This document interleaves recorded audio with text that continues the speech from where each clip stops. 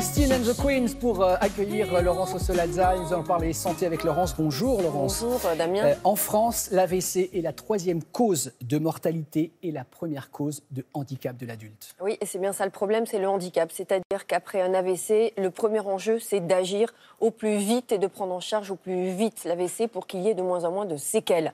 Ensuite, la deuxième urgence, quand il y a des séquelles malheureusement, c'est une rééducation précoce. Au plus tôt, il faut rééduquer dans des centres spécialisés, des soins de suite et de réadaptation, comme on dit pour la rééducation. Il faut récupérer la marche grâce à ce qu'on appelle la plasticité cérébrale, c'est-à-dire l'adaptation de notre cerveau, car la répétition des mouvements que l'on va faire avec un kiné, eh bien, cette répétition permet de créer de nouvelles connexions neuronales qui aident en fait le cerveau à commander les jambes en se passant de la zone qui a été lésée, qui a été abîmée par l'accident vasculaire cérébral. Alors il y a un essai clinique qui est mené en ce moment en France dans 3 communes ou dans 3 régions, le Pas-de-Calais, le Puy-de-Dôme et le Morbihan, notamment à Querpape où s'est rendue Magali Defer.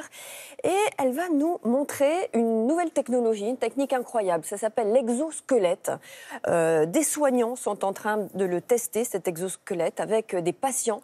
Et Magali Defer a assisté justement à la première utilisation des patients. Et ce sont des résultats prometteurs et très émouvants, vous allez le voir.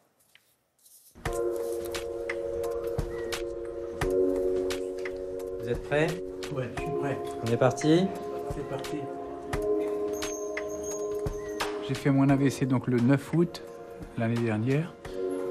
Je me suis retrouvé paralysé de tout le côté gauche en fait, jambes et bras.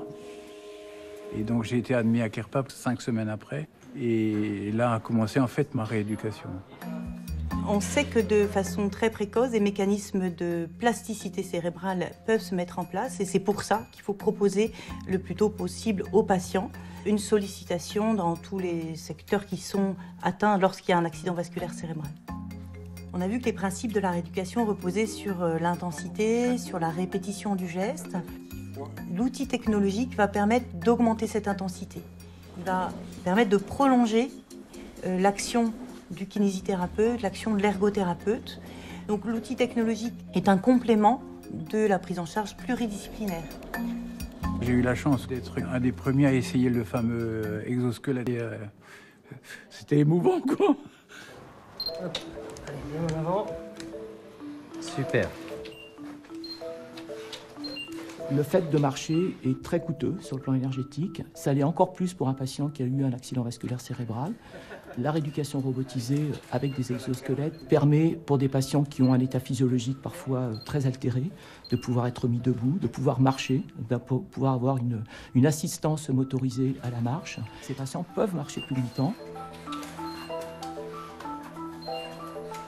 Vous êtes tenu comme si vous étiez dans un robot, vous êtes tenu, vous ne pouvez pas ni tomber à droite, ni à gauche, ni en avant, ni en arrière. Ceci a contribué à améliorer bien sûr la station debout, l'équilibre, parce qu'en fait on n'a plus d'équilibre à un moment donné. En fait c'est le robot qui marche, mais vous retrouvez les automatismes en fait de la marche, vous voyez.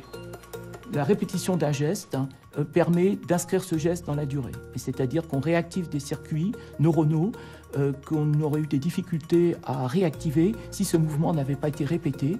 Et ça marche d'autant mieux que ce processus est débuté très tôt après une lésion.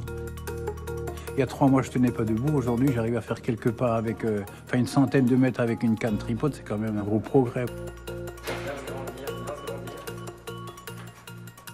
Cette technique, Laurence, apporte beaucoup d'espoir et même au niveau du moral du patient, c'est important.